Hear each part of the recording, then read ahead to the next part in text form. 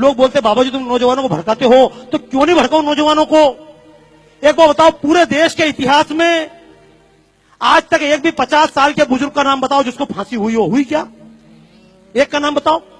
ये दिल्ली में बैठकर चिल्ला रहे हैं, बाला साहब पे भी चिल्लाएंगे, नरेंद्र मोदी भी चिल्लाएंगे, इन पे चिल्लाएंगे, संघ पे चिल्लाएंगे, ये सांप्रदायिक हैं, हमने देश को आजादी दिलाई। पर मैं चैलेंज करता हूं पूरे देश के और पूरे प्रदेश के, शिंदे साहब से सोनिया गांधी से लेकर यहां के मुख्यमंत्री तक, एक कांग्रेसी का नाम बताओ जिसको फांसी हुई हो।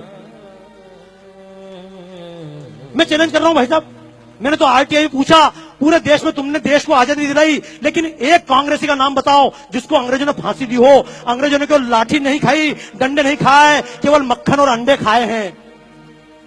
लेकिन समस्या है, इस देश का नौजवान भगत सिंह क्यों नहीं बनना चाहता? इस देश का नौजवान शिवाजी क्यों नहीं बनना चाहता? इस देश का नौजवान फांसी क्यों नहीं खाना चाहता? नौजवान को गाली देना आसान है, लेकिन कहूंगा दोस्तों, पूरे जीवन में महात्मा गांधी ने कभी एक डंडा खाया? बोलो हाँ या ना? नहीं खाया। जिन्होंने पूरे जीवन में डंडा नहीं खाया, उनके नाम से हमने 1 से लेकर 1000 तक के नोट चलाए। लेकिन जिस भगत सिंह ने फांसी खाई, उसके नाम से हमने 100 का नोट का चित्र नहीं छापा। हमने शिवाजी के नाम से 50 का चित्र नहीं छापा। और सांप्रदायिकता की बात नहीं है, ये शिवसेना के मंच से खड़े होकर कहना चाहता हूं इस बात को, अशफाक उल्लाह की कुर्बानी भूल ना हम पाएंगे। क्योंकि लोग सीधा आरोप लगाते हैं, तुम तो मुसलमान के खिलाफ हो, तुम सांप्रदायिक हो। तो एक बात कहना चाहता हूं आज इस पुण्यतिथि के अवसर पर, कि अशफाक उल्लाह की कुर्बानी भूल ना हम पाएंगे।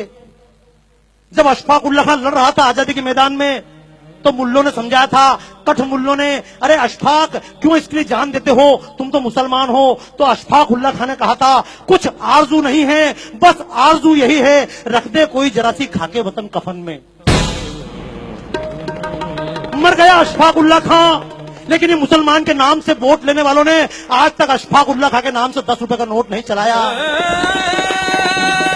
इस देश की लड़कियां, झूठ मत बोलना, पूछना अपनी बच्चियों से, क्यों लव जिहाद के चक्कर में फंस जाती हैं। लक्ष्मीबाई नहीं बनना चाहती, जीजाबाई नहीं बनना चाहती, कैटरीना कैफ बनना चाहती, दीपिका पादुकोण बनना चाहती। क्यों?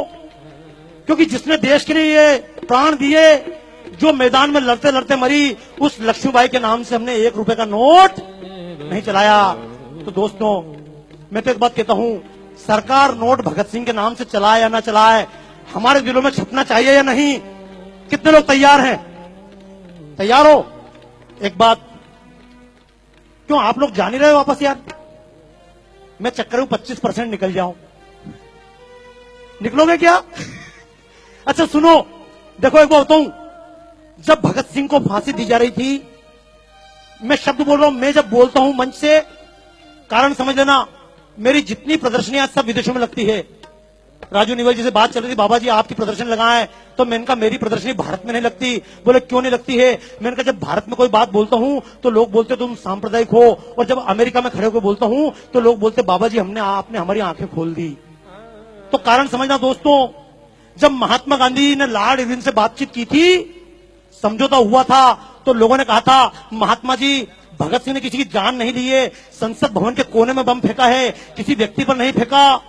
आप भगत सिंह की माफी के लिए बात करो, शर्त रखो, भगत सिंह को माफ करो। तो महात्मा गांधी ने कहा था, ये भगत सिंह, ये अशफाक उल्लाह खां, ये क्रांतिकारी, चंद्रशेखर आजाद, ये क्रांतिकारी आतंकवादी हैं।